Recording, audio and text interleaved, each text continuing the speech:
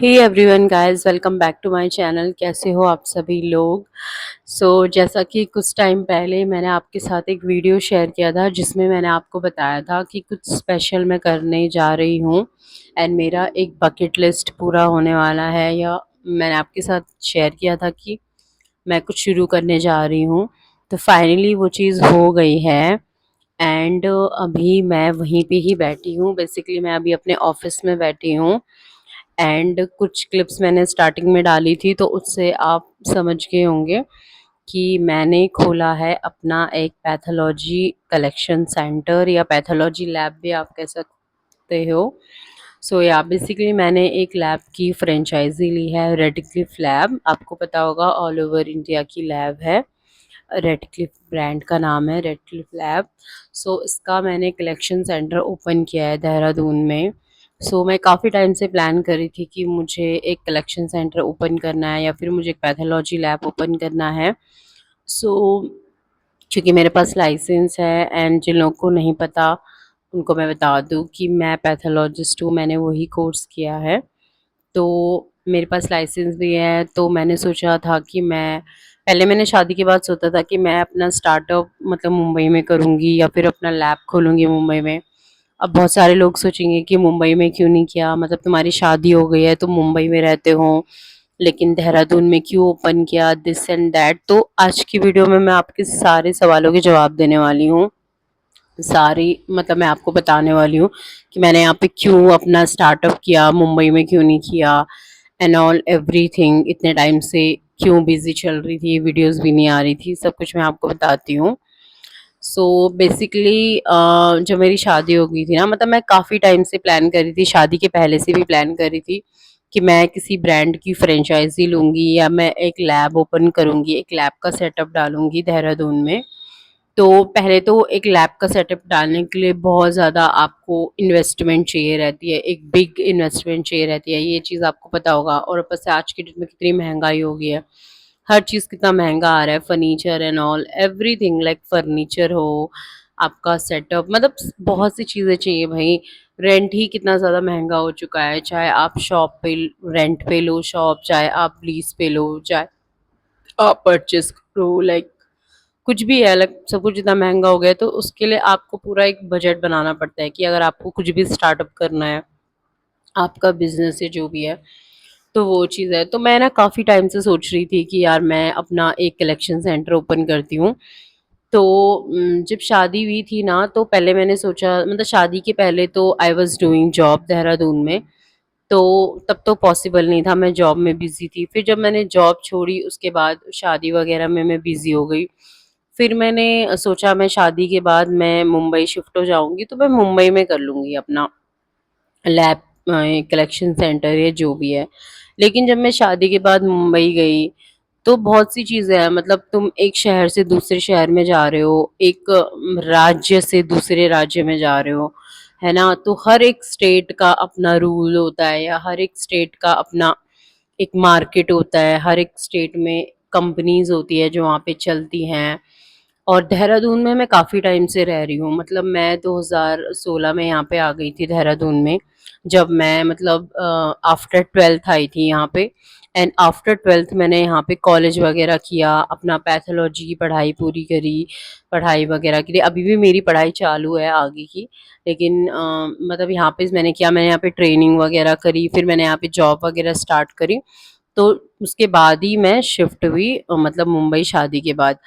तो मुझे देहरादून का पता था कि यहाँ पे कैसे चलती है पैथोलॉजी लैब, क्या चलती है यहाँ पे, कौन कौन से ब्रांड चलते हैं पैथोलॉजी लैब में, मतलब कहाँ कहाँ पे लोग टेस्ट करवाते हैं, क्या क्या चीज़ यहाँ पे होती है। तो वो चीज़ मुझे सारी यहाँ की पता थी, ठीक है।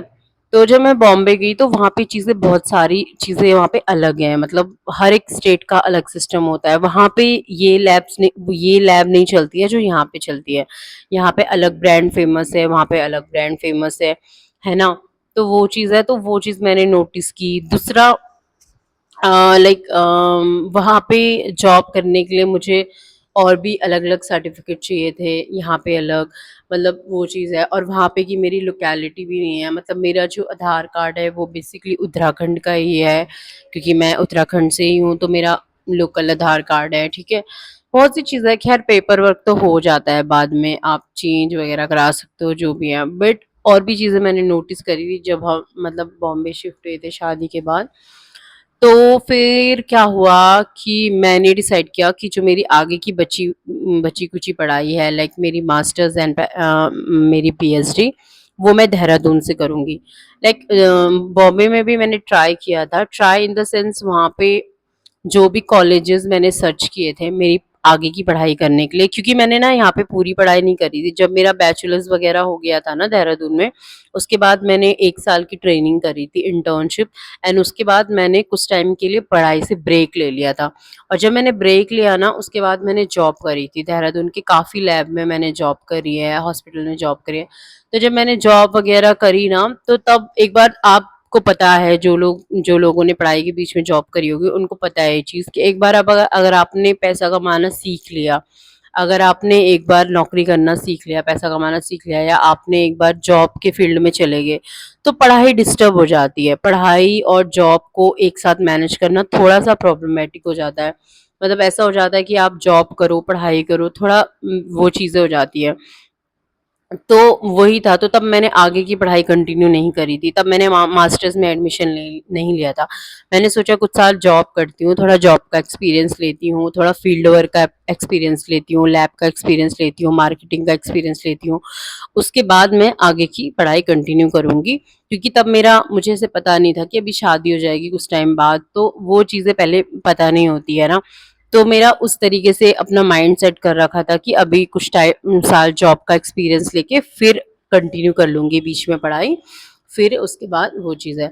लेकिन फिर मेरी शादी हो गई, तो फिर वहाँ पे मैंने कॉलेजेस वगैरह सर्च किए, जो मेरे को सब्जेक्ट्स चाहिए था, जिस सब्जेक्ट से मुझे करना था, तो वो मैं घर के पास बिल्कुल भी कोई भी कॉलेज नहीं मिल रहा था, सब बहुत दूर-दूर मिल रहे थे। जैसे बॉम्बे में हम लोग बोरीवली साइड रहते हैं, तो मुझे कॉलेज मिल रहा है थानो, मुझे कॉलेज मिल रहा है, मतलब आपको पता है मुंबई, थानो अलग, मतलब दूर है काफ़ी। तो ऐसे-ऐसे मेरे को बहुत दूर-दूर की लोकेलिटी में कॉलेज मिल रहे थे, जिस सब्जेक्ट से मुझे करना था। एंड दूसरा, I am not the metro person, I am not the मैं कभी भी मेट्रो सिटी में ज़्यादा रही नहीं हूँ। बीच में मैं दिल्ली गई थी 1-2 महीने के लिए, जब मैं देहरादून रहती थी, ऐसे ही जॉब के लिए, बट वहाँ पे मैंने की नहीं परमानेंट, बिकॉज़ दिल्ली का माहौल और देहरादून के माहौल में काफ़ी ज़्यादा फ़र्क है। तो मेरे को दिल्ली भी उतना पसंद नहीं है, ऑनेस्टली बताऊँ तो। मुझे देहरादून तो काफ़ी पसंद है पर्सनली, बट दिल्ली में मुझे उतना ज़्यादा सेफ भी फ़ील नहीं होता है। प्लस दिल्ली में मतलब थोड़ा-सा लाइक पॉल्यूशन का भी प्रॉब्लम है, और भी बहुत सारी चीज़ें हैं। तो I was not comfortable in Delhi, तो वहाँ पे मैंने उतनी जॉब वगैरह नहीं करी। तो मैं कभी मेट्रो सिटी में ज़्यादा रही नहीं हूँ। तो मुंबई में जब मैं गई ना शादी के बाद, तो मुंबई की लाइफ़स्टाइल आप लोगों को पता है कैसी है, बहुत ज़्यादा फ़ास्ट लाइफ़स्टाइल है। वहाँ पे लाइक हर जगह मेट्रो से जाना या ट्रेन से जाना, लोकल ट्रेन से जाना, मेट्रो से जाना, तो वहाँ पे बहुत भीड़ होती है, हर जगह रश होता है। एंड जो इंसान उस भीड़ वगैरह में, मतलब जो भी इंसान वहाँ पे कंफर्टेबल, मतलब वहाँ पे जिस इंसान को मतलब आदत नहीं है, मतलब मेरे कहने का मतलब ये, जिस इंसान को भीड़ की आदत नहीं है, या ऐसी ट्रेन में बैठने की आदत नहीं है जहाँ पे धक्का मुक्की हो रही है, भीड़ हो रही है, चाहे वो लोकल ट्रेन हो, मेट्रो हो, वो चीज़ है। तो वो है, तो मैं कभी रही नहीं हूँ मेट्रो सिटी में ज़्यादा, तो मेरे को ना मुंबई में उस चीज़ की थोड़ा प्रॉब्लम थी कि यार मैं कैसे कॉलेज जाऊँगी, कैसे मैं मैनेज करूँगी। दूसरा वहाँ पे ये था कि जहाँ पे भी कॉलेज, वो सब मतलब ऐसा होता है ना कि ऐसे मिल रहे थे कि वो लोग कह रहे थे आपको रेगुलर कॉलेज करना है, मतलब आपको कभी-कभी नहीं आना, आपको रेगुलर करना है। और आपको पता है मेरी अभी 1 साल पहले डिलीवरी हुई है ना? 1 डेढ़ साल हो गए मेरी डिलीवरी को, 1.5 साल का मेरा बेबी है, मतलब अभी हुआ नहीं है, 1.5 साल का होने वाला है। तो मेरे को ये था यार बच्चा अभी छोटा है, मैं कैसे मैनेज करूँगी कि मैं सुबह जा रही हूँ कॉलेज, शाम को आ रही हूँ, मतलब वो चीज़ है, दिन भर बेबी कैसे रहेगा, ऊपर से कॉलेज दूर रहेगा, तो मेरा हा आधे से ज़्यादा टाइम मेरा ट्रैवलिंग में ही निकल जाएगा, मतलब है ना। और फिर पढ़ाई भी डिस्टर्ब होगी, मैं पढ़ाई भी नहीं कर पाऊँगी, सुबह भी ट्रैवल कर रही हूँ, शाम को भी ट्रैवल कर रही हूँ। इंसान ट्रैवल करने में इतना ज़्यादा थक जाता है ना कि वो फिर पढ़ाई वगैरह अदर चीज़ पे फ़ोकस नहीं कर पाता है। तो वो चीज़ है। तो सा सब कुछ सोचा, इन सब कुछ का, सब सारी चीज़ों का कंक्लूज़न निकाल के मैंने यही सोचा कि यार मैं जो है लाइक कि मतलब मेरे हस्बैंड ने मुझे सजेस्ट किया कि तू देहरादून से ही करना अपनी पढ़ाई, आगे की पढ़ाई कंटिन्यू देहरादून से ही कर ले, वहीं से ही तू अपनी आगे की पढ़ाई कर ले, वहीं एडमिशन ले ले। और मतलब अगर वहाँ पे तुझे ऐसे कॉलेज या ऐसा वो मिलता है जहाँ पे तू सिर्फ एग्ज़ाम देने जाएगी, जो भी है। तो फिर मेरे को मिला यहाँ पे वैसा कॉलेज मिला, मैंने अपने कॉलेज में बात करी, फिर वो लोग ने बोला कि हाँ, आप डिस्टेंस से कर सकते हो, काफ़ी सारे बच्चे करते हैं। तो वो चीज़ है एंड प्लस मेरे को वही सेम यूनिवर्सिटी मिली जो मेरी बैचलर्स में थी, तो मैंने कहा ठीक है, जो सेम यूनिवर्सिटी से है मेरा, जहाँ मेरा बैचलर्स से हुआ है, तो आई वॉज कंफर्टेबल, तो मैंने देहरादून में एडमिशन ले लिया था। तो ये कन्फ्यूज़न भी मैं आज क्लियर कर लेती हूँ। बहुत सारे लोगों को कन्फ्यूज़न होता है, वो मुझे पूछते हैं मैसेज में भी, व्हाट्सएप पे भी, जो मेरे फ्रेंड लोग हैं, रिलेटिव है, कि तू मुंबई रहती है या देहरादून रहती है? तू यहाँ पे पेपर देने आती है, कभी मुंबई रहते है, समझ में नहीं आता है। तो वही है, मैं मुंबई ही रहती हूँ, अब मेरी शादी हो चुकी है, मैं ऑब्वियस सी बात है मुंबई में अपने ससुराल में अपने घर में रहती हूँ फैमिली के साथ। बस ये है कि मेरा कॉलेज आगे की पढ़ाई देहरादून से चालू है, तो मुझे बीच-बीच में देहरादून आना पड़ता है जब भी मेरे सेमेस्टर एग्ज़ाम होते हैं। तो ये चीज़ है, ये चीज़ मैं आपको आज क्लियर कर देती हूँ। तो मेरे हस्बैंड ने वही बोला कि मतलब मैंने एडमिशन ले लिया था देहरादून, फिर मैं एग्ज़ाम देने आई थी। आपने प्रीवियस वीडियो में देखा होगा, उसमें मैंने बताया था आपको कि मैं देहरादून आई हूँ, मेरे एग्ज़ाम्स हैं, मेरे प्रैक्टिकल्स हैं। तो जब मैं देहरादून आती हूँ, इसके लिए आती हूँ क्योंकि मेरे एग्ज़ाम होते हैं, मैं एग्ज़ाम देने आती हूँ, ठीक है? अभी मेरा सेकंड ईयर चालू हो चुका है मास्टर्स का। तो तो फिर मेरे हस्बैंड ने बोला कि जब देहरादून में तू आती रहती है एग्ज़ाम देने के लिए भी, एंड प्लस मेरा ये है कि मैं आगे की भी इधर से ही करूँगी, क्योंकि अभी मास्टर्स यहाँ से हो गई है, तो मैं सोच रही हूँ मैं पीएचडी वगैरह भी देहरादून से ही कंटिन्यू करूँगी। तो मेरे हस्बैंड ने बोला कि जब तेरे स्टडी का ये है कि दून तेरा आना-जाना लगा रहता है देहरादून, एंड मेरे को देहरादून काफ़ी पसंद भी है, एंड यहाँ की मार्केट मैंने पैथोलॉजी फील्ड में एक्सप्लोर भी करी है। मतलब मैंने जॉब करी है, तो मुझे पता है यहाँ पे मतलब कैसे-कैसे टेस्ट लोग करवाते हैं, क्या-क्या यहाँ पे चलता है, आपका मार्केट क्या है, थोड़ा-सा नॉलेज है, उतना नहीं है बट ठीक है, बॉम्बे के हिसाब से तो है, वहाँ का तो मुझे कुछ भी नहीं पता कि वहाँ पे कौन-सी लैब चलती है, क्या लैब।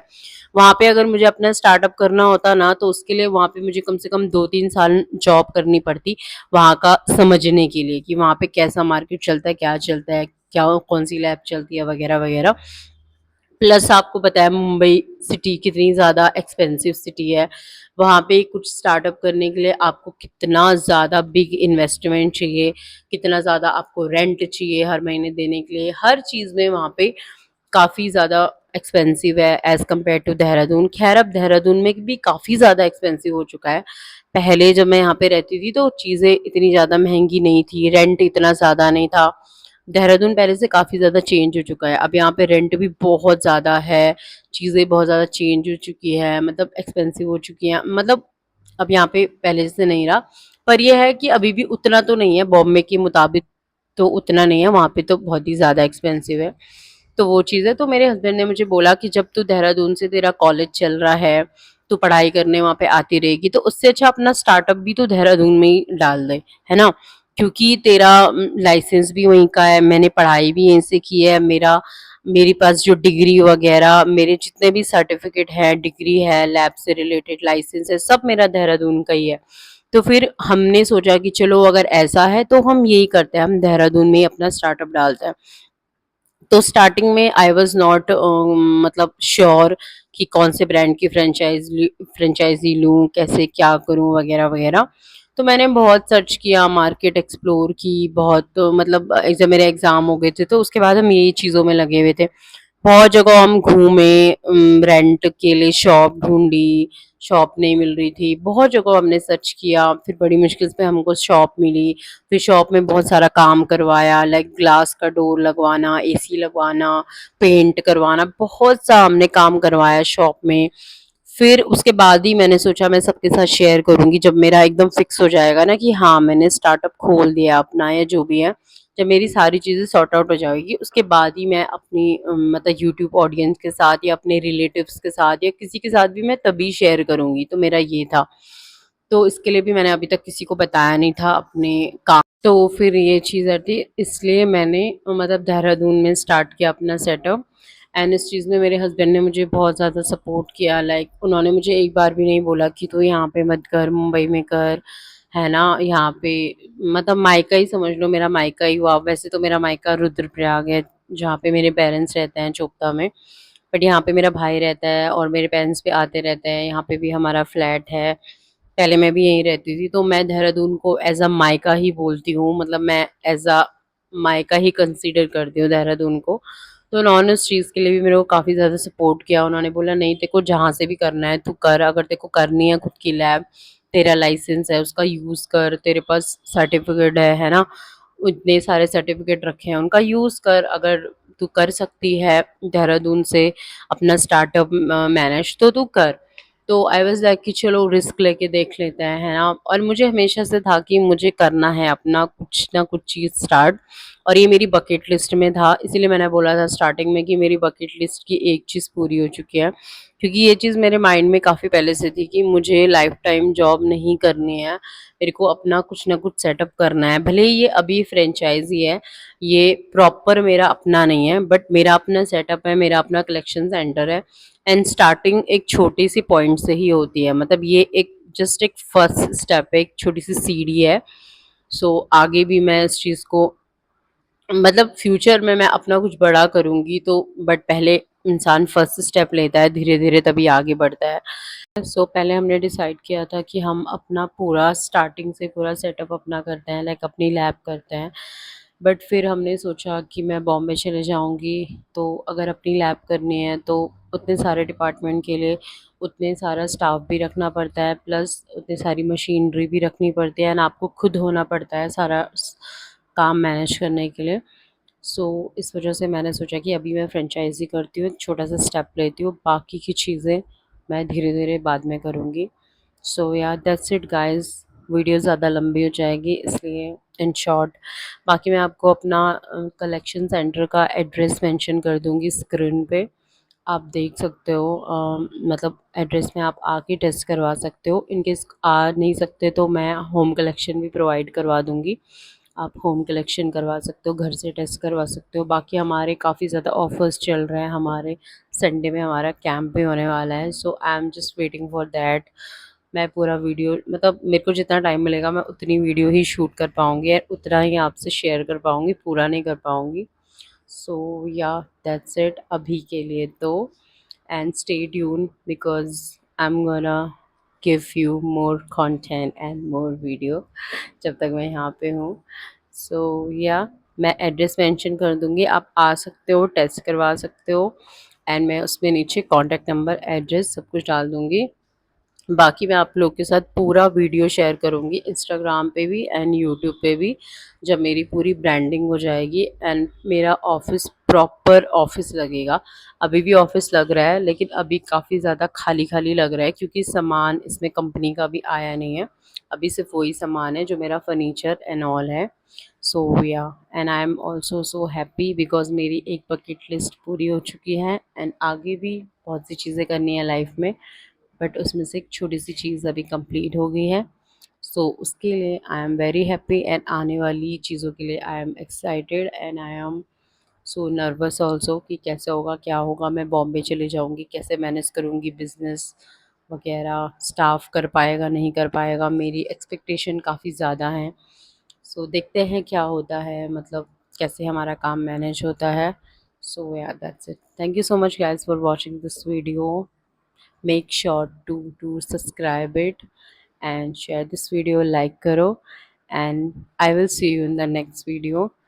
तब तक के लिए ख्याल रखो और टेस्ट कराने आओ। So yeah, bye bye.